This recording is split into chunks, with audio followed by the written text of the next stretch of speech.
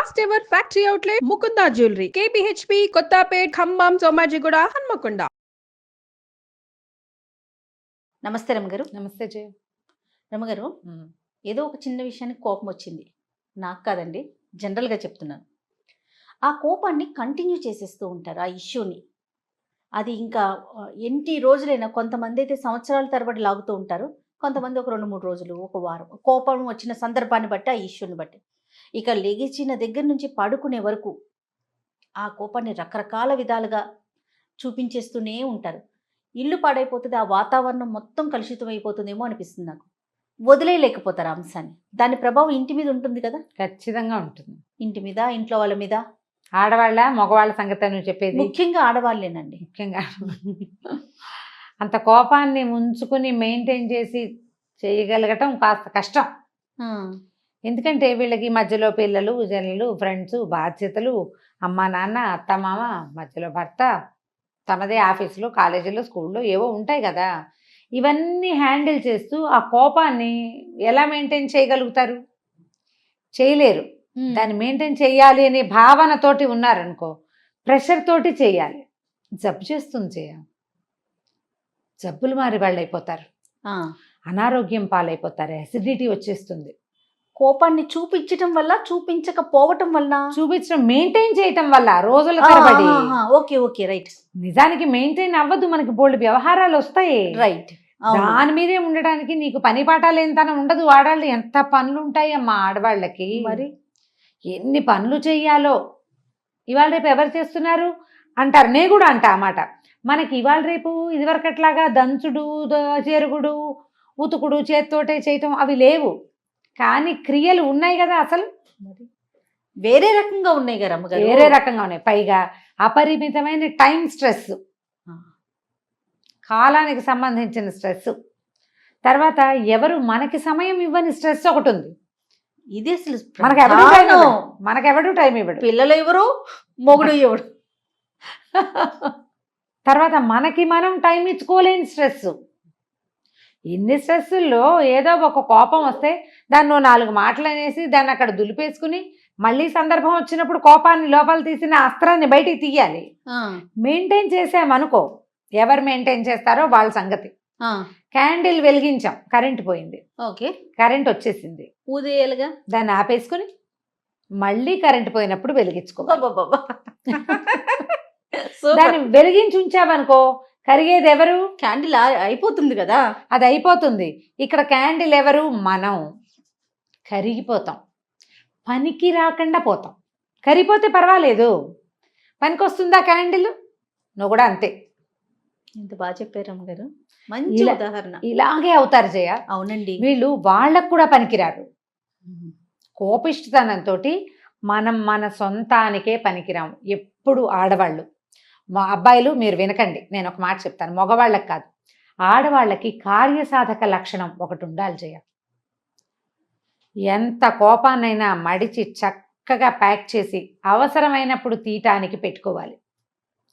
భర్తలు ఏదైనా అంటే ఆ అస్త్రాలన్నిటికీ పదును పెట్టి మడిచి పైన పెట్టుకోవాలి.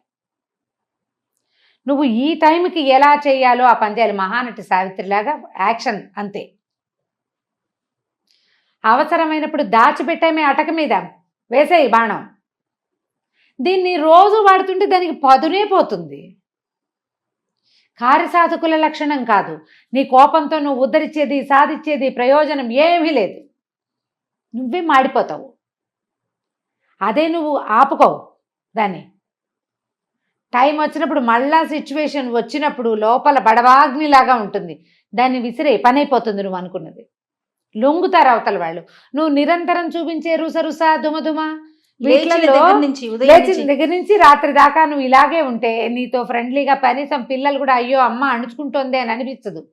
నీ రుసరుసలు వాళ్లే పడాల్సి వస్తుంది.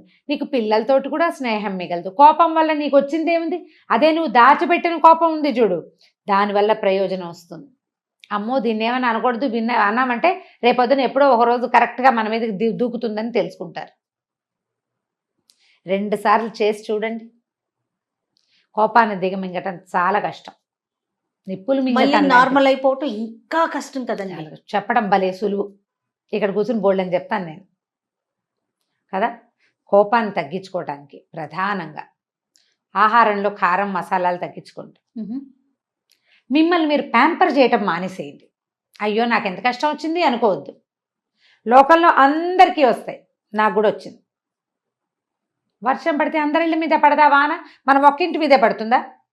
కాదు కదా, అందరిళ్ళ మీద పడుతుంది. ప్రతి ఇంట్లోనూ మనకొచ్చేలాంటి సమస్యలే అటు ఇటుగా, ఒక మాత్ర అటు ఎక్కువ, ఒక మాత్ర ఇటు తక్కువ, అంతే అంతే కదా. ఇప్పుడు చూడు, ఓపెన్గా ఉన్న స్పేస్ ఇంట్లో ఉందనుకో, మన ఇంట్లో ఓపెన్ స్పేస్ ఉంటే అక్కడ నీళ్ళు ఎక్కువ నిలుస్తాయి. ఓపెన్ స్పేస్ తక్కువ ఉన్న ఇంట్లో నీళ్ళు తక్కువ నిలుస్తాయి. వాన తక్కువ కాదు, అక్కడ నిలవ తక్కువ. మనం కూడా అంతే. నువ్వు మనసుని తెరిచిపెట్టుకుని కోపానికి, దుఃఖానికి, కష్టానికి ఆహ్వానం పలికావా, వానొచ్చి పడ్డట్టు మొత్తం కష్టాలన్నీ నీ ఒళ్ళోనే పడతాయి. ఓపెన్గా ఉండద్దు. జీవితం అన్నాక ఇలాంటి బొడిదుడుకులు, ఇబ్బందులు, సబ్బందులు రానే వస్తాయి. అందరికీ తాగుబోతు మొగుళ్ళు ఉండరు, కొంతమందికి ఉంటారు. ఆ తాగుబోతు వాళ్ళతో కూడా అందరికీ ఇబ్బందులు ఉండవు, కొంతమందికి ఉంటాయి కదా. ఇది ఒప్పుకోవాల్సిందేనా? అంతే కదా. కాస్త కుస్తా అలవాట్లు ఉన్నా కూడా అవి భార్యల్ని కానీ, సంసారాన్ని కానీ, డబ్బుని కానీ ఇబ్బంది పెట్టని రకాలు, ఏదో పార్టీ ఫ్రెండ్లీగా ఉండే రకాలు కొన్ని, కాదు తాగి తలకి పోసుకునే రకాలు కొన్ని ఉంటాయి. వీళ్ళ మాట వినరు, డబ్బులు తగలబెట్టేస్తారు, పిల్లల భవిష్యత్తు ఆలోచించరు. ఇప్పుడు వాళ్ళతోటి ఈ కష్టం తప్పదు. చిన్న చిన్న ఇబ్బందులు ఉన్నాయనుకోండి, వీటిని మేనేజ్ చేయొచ్చు. మనం అలా కోపంగా ఉండటం వల్ల, దాన్ని అంటే ప్రదర్శించేయటం వల్ల ఎలాంటి నష్టాన్ని, అంటే ఒక రోజే తీసుకుందాం రమ్మగారు, ఎలాంటి ఇబ్బందులు కలుగుతాయంటారు? ఆ వాతావరణం ఎలా పాడవుతుందంటారు? సర్వనాశనమే. అంతే, ఒక్కటే. నీకేం హ్యాపీనెస్ లేదా? మొదటిది లేదు. ఒకరోజు పొద్దున్న లేచావు, రాత్రి పడుకుంటావు. ఈ పొద్దు నుంచి రాత్రి దాకా కనీసం ఒక 12 గంటలు ఉందా? 12 కాదు, ఇంకా 18 గంటలు, 16 గంటలు కనీసం ఉంటుంది. 6కి లేచామనుకో, ఈవినింగ్ 6కి మనం పడుకోగలం కదా, 10కి పడుకుంటాం. అంటే ఈ 12, 4, 16 గంటలు లేదా 17 గంటలు ఉంటాయి. ఈ 16-17 అవర్స్లో నువ్వు హాయిగా ఉండే నిమిషం ఒకటి కూడా లేదు, నువ్వు కోపంగా ఉంటే. ప్రధానంగా అన్నం బాగా సహించదు. అంటే ఈ 16 గంటల్లో నీకు ఆహారం తక్కువ. దాని అర్థం ఏమిటి? శక్తి తక్కువ. కోపంగా ఉండేసరికి ఏదో మొండిగా విసురుగా చేస్తావు కానీ మర్నాటికి వీక్ అయిపోతావు. తర్వాత పొద్దునుంచి అందరినీ విసుక్కుంటావు. నువ్వు నీ పాత కోపాన్ని మర్చిపోక ఇప్పుడు నువ్వు దుమ్ముదుమ్ములాడితే నీ విసురుని భరించినటువంటి ఏ పాపము ఎరగని కొంతమంది జనాలు ఉంటారు కదా. అందులో మన పని మనిషి ఉండొచ్చు, మన పక్కింటి ఆవిడ ఉండొచ్చు, మన కొలీగ్ ఉండొచ్చు, మన పిల్లలు ఎలాగూ ఉంటారు. వీళ్ళందరూ దాన్ని గుర్తుపెట్టుకోరా? రేపు నువ్వు దొరుకుతావు కదా. నువ్వు ఇవాళ విసుక్కున్నావు ఒక మనిషిని, నీకేదో విసుగ్గా ఉంది, నీ ఇబ్బంది నీది. రేపు వాళ్ళు నీతో బాగా ఉంటారా?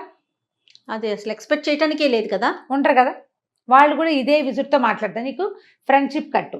నీ పిల్లలకి ఇంకో దారి లేదు కాబట్టి, తల్లి తప్ప ఇంకో దారి లేదుగా. వాళ్ళు లొంగి ఉన్నా మర్చిపోరు. మా అమ్మ ఎప్పుడు విసుక్కుంటుందంటారు. కష్టంతో ఇప్పుడు ఇవాళ రేపు పిల్లలు ఫ్రెండ్స్కి షేర్ చేయటం ఎక్కువైపోయిందమ్మా. ప్రతి వాళ్ళకి చెప్తున్నారు పిల్లలు. తల్లి మీద ముఖ్యం, తల్లి లేదు, తండ్రి లేదు, ఇది చెప్పకూడదని ఉండట్లా. మన చిన్నప్పుడు అమ్మ చెంపకాయ కొట్టినా నోరు మూసుకుని ఊరుకుంటుండేవాళ్ళం. ఎవరికైనా చెప్పుకోకూడదు, అది న్యాచురల్ క్యాజువల్ థింగ్. ఇప్పుడు అట్లా లేదు.